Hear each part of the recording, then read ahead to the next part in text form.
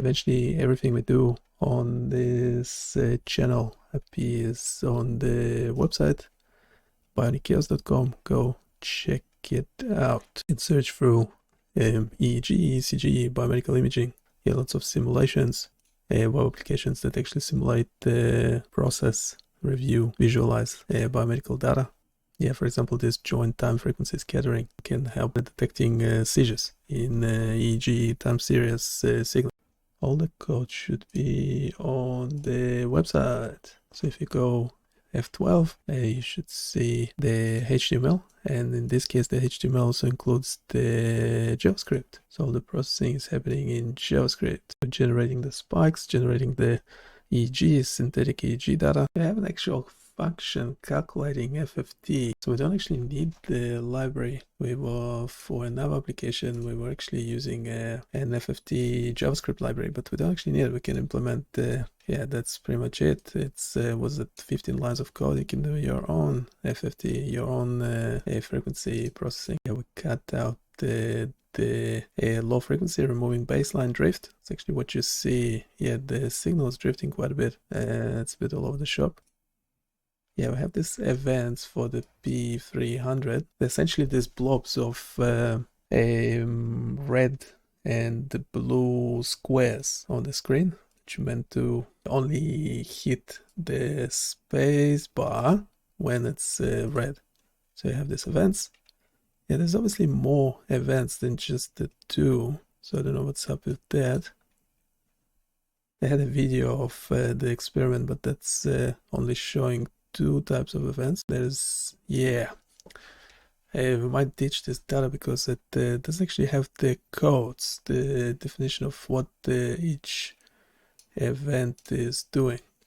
Anyway, I was just saying, the main struggle with that code is that we were trying to, this FFT here is done by a JavaScript library, but then we don't actually need it because we have our own. Well, I mean, it's working, so we might as well. Yeah, so you see there's quite a bit of 60 hertz. Yeah, there's that 60 hertz. It's now a flattened 60 hertz there, but there was no 60 hertz to begin with. There was 50 hertz.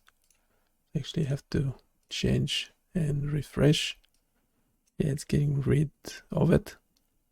The filter is ringing, so I have to be careful. You can see the beginning and the end of the time series. There's quite a bit of fairly obvious ringing. I wonder if the robot will be able to pick up on that. So we get a metadata. We get 8 channels, microvolts.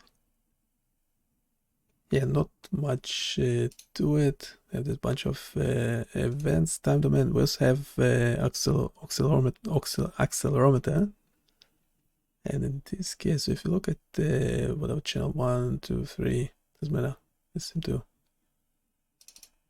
have this, yeah, huge baseline drift that's quite significant. So supposedly, if the subject is only moving when they hitting the space button, every time they move there, they essentially saw a red square on the screen, and then we should be able to correlate it to the EEG. The analysis they did, you know, in the video, in the YouTube video, is not good enough. Yes, we get this data from the Mental Lab website. It's they seem to have a very good device. I haven't tried it, so I won't be endorsing it in any shape or form because I haven't actually seen it in flesh. But interesting, and that indicates how good this company is that they actually published some of the raw data on the website. They have a video of the experiment, someone doing the experiment. Yeah, it's flashing this light while recording EEG, standard stuff, and then they are showing, yeah, they're showing these results. So this is the eight electrodes. There's actually no labels. Yeah, we can assume. Yeah, we can assume this type of mapping. So channel 1 to 8, and then we have the reference. Yeah, like the markers for each event don't actually have a description of which marker is which. But yeah, ChatGPT very kindly made the code for us that now we will be splitting into separate JavaScripts.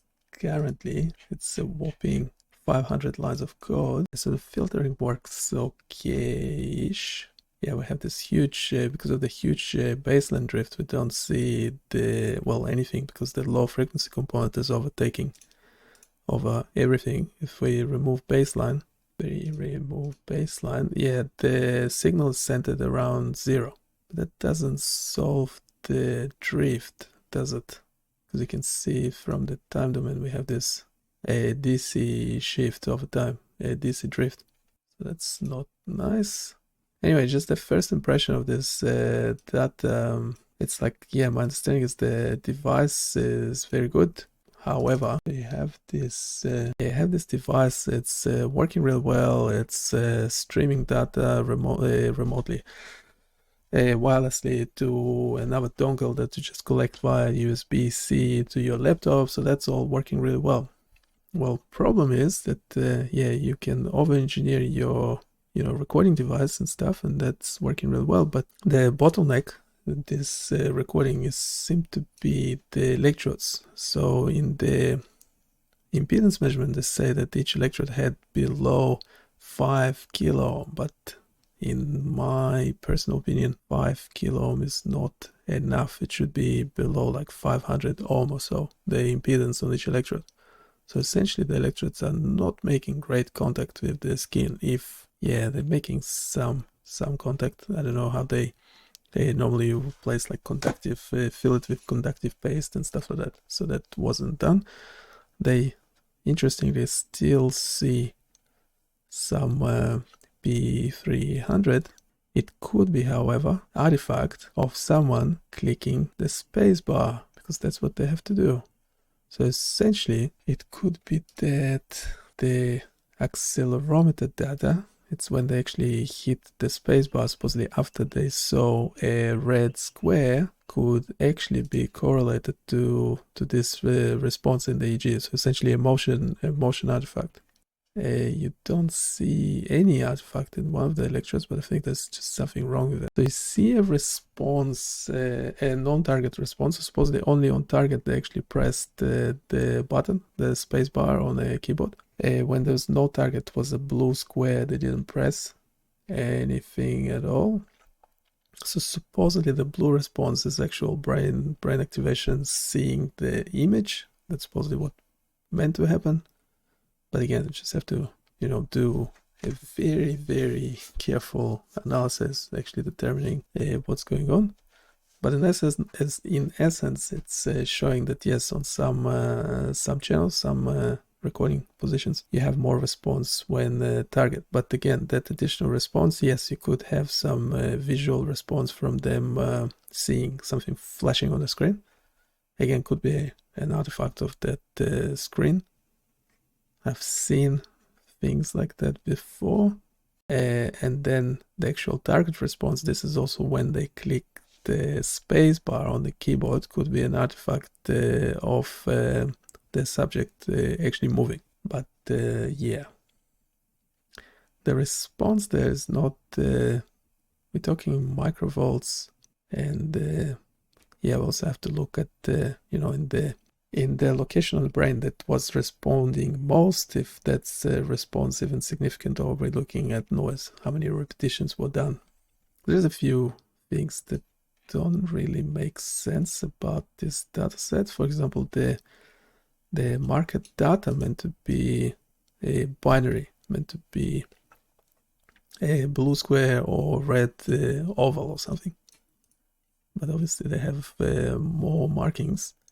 Maybe some of them is actually when the subject was clicking the spacebar, but that's not described in the dataset. This all we have essentially on the dataset, number of channels, and yeah, EEG, 8 channels, event markers indicating. So this is just stimulus onset. So essentially those markings, events, there will be different stimuli presented. So there was essentially not just blue and red, there was something else as well. And we don't really know what it was. FFT, yeah, works okay once you filter the thing. It's 50 Hertz because it's somewhere in Europe, not the American 60 Hertz rubbish. And you see the responses there. So if you don't filter, yeah, you still see it. So that's fine. We actually have to make sure we're applying it to all the data. So in this case, you have the stimulus onset and then the response after stimulus. But this is all of them being overlaid. 50 Hertz is in the DC shift, so it's not centered around 0. So this one we can fix. Yes, again, so this is where the dataset is from. They don't have much details. The video is also not very detailed. They're showing this result figure that we essentially are trying to replicate, or ChatGPT is trying to replicate. We have the locations of the electrodes. I assume they mapped in the same way, so the order TP9, CZ, CP1, CP2, PO3, PO4, OZ, BZ are correlated the same order. So electrode 1, 2 to 8. So we are happy to make that assumption. Yeah, we can mention somewhere in the metadata that all the electrodes had less than 5 kilo ohm impedance. Yes, we got the locations, the impedance, looks good. There is, however, another thing is that for the events, yeah, I want to analyze the events a bit further, because the video, the information about this experiment suggests that there are 2 types of stimuli.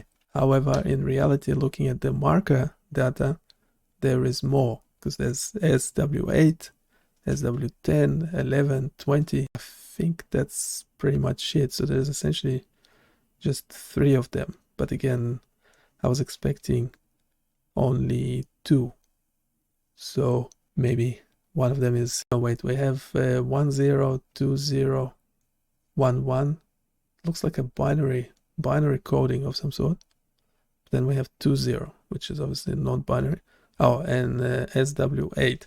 Yes, so we need to investigate more into what's happening there. Now in the time domain, okay, so in the filtering, we need to make sure that when we change the filter, when we apply the notch filter frequency 50 Hertz and removing the baseline drift, we wanted it be applied in all the other tabs as well. So that's kind of very important. Yeah, again, so we need to go over the marker data to investigate why there's more than 2 labels. There's like 4 of them, I think, but yeah, if you can double check.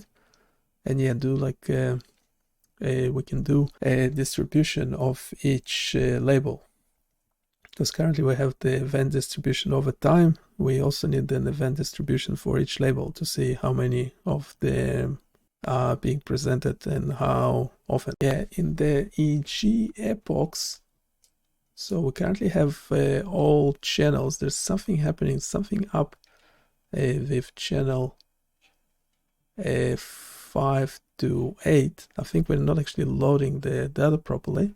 Again, as mentioned before, we need to make sure that the filters applied in the filter tab are also visible in the EEG epochs tab. In the metadata and details, we can actually specify that all the impedance for each electrode is below 5 kilo ohm, as discussed. And what else? Yeah, it seems like we're only loading 4 the first 4 channels instead of the whole, all of them, instead of the 8 channels. And same for the accelerometer data, the ORN data.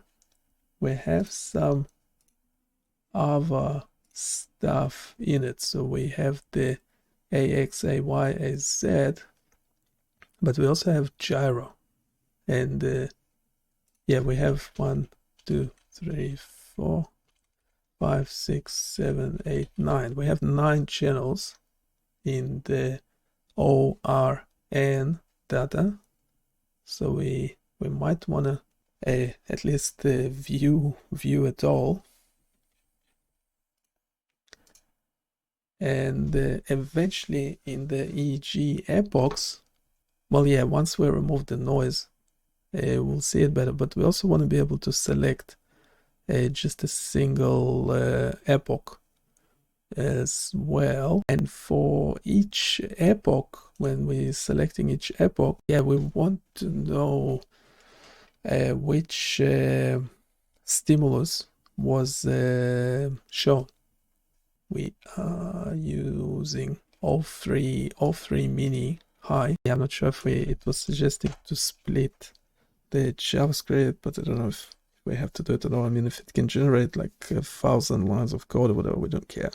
It shouldn't go over, shouldn't be too long. And yes, while it's reasoning and generating stuff, go check out the website. Eventually, everything we do appears on the site. Yeah, it's generating all the code. Yeah, it's pretty amazing, and it's reasoning and everything. It's a pretty amazing job. In this case, we are using an FFT JavaScript library. We're not doing our own FFT. Okay, 758 lines of HTML. That's still the previous version. Why channels 1, 2, 3, channel 5 is not working. 6, 7. Yeah, there's no data. Yeah, this dataset, this dataset is not great. So we're missing, actually missing the potentially, yeah, very important the data there. Yeah, the dataset is incomplete. Wait, let me check EEG. Yeah, you can see it straight away. Actually, from the CSV, I didn't actually need to plot it at all. Yeah, there's no data for 5, 6, 7, 8. Yeah, so kind of useless. Yeah, which I think just wasted that time. So we cannot reproduce that. It's essentially only half the dataset is present. I don't believe it's to do with how we download it or anything like that. Can download it again. Yeah, there's no data. Channel 5, 6, 5 to 8. It's only half the data is present. Not good, not good. Events. Yeah, this is the histogram for the events count per label. So we have this SW10 is happening a whopping 200 times, whereas 8 is happening 10 times. I don't know what it is. 11 is happening 50 times. And 20 is happening 50 times. So obviously it's like predetermined. So I guess SW10 is nothing. And these two are targets, or the controls. So in theory, from the video, yeah, it's only clear that you're only doing 2 of them. Yeah, doing this blue square and the red oval. There's only 2. In reality, there are 4. So again, can't really use the dataset. It's quite bad. Yeah, I was expecting more. I don't know why. It's generally surprising that the company will provide you like any data like this in the public domain and have a YouTube channel and everything. But then, yeah, if you do that, you might as well do it properly. Yeah, I think we just wasted some time. Are they even 8 electrodes? 1, 2, 3. Looks like there's only 4. That's actually, yeah, that would be. Well, they say it's 8. I'm pretty sure I know what's up. I suspect these are differential. So normally what will happen is if you have actually 8 electrodes, you only have 8 channels. So that's not this would be incorrect. I don't think this data is actually 8 what's called yeah, they are differential, not referential. So essentially, yeah, the bot will know all about it, wouldn't it? Are we still transcribing? Maybe it can just make comments and make it explain the difference between the referential and differential. Essentially, we are missing half of the channels in the dataset, and I suspect it's because they actually the recording, well, the data is stored differentially, whereas the analysis was made referentially. Can you explain and suggest your and tell me if I'm correct or not? Don't mind you being very critical. And in the event distribution over time, we want each event code in a different color. So within, so say whenever we have 20, 22, 21, whatever counts of events per time window, I think it's 10 seconds. We want to actually see the distribution of each event label, so we know how many of each are appearing per specific time window. So hopefully that shouldn't be too difficult. And also, yeah, well, considering we don't have the other 4 channels, we want to make a note about it in the metadata details tab. Yeah, make a bold note that essentially channels 5 to 8 are missing, or they just have the same value in the data, so essentially no data. And what else? Yeah, we need to make sure somehow, yeah, when we adjust the filtering, that we can do it for the all the rest of the data, and the thing is not lagging. So it's not currently it's became, from your last update, it became super slow, the whole web application.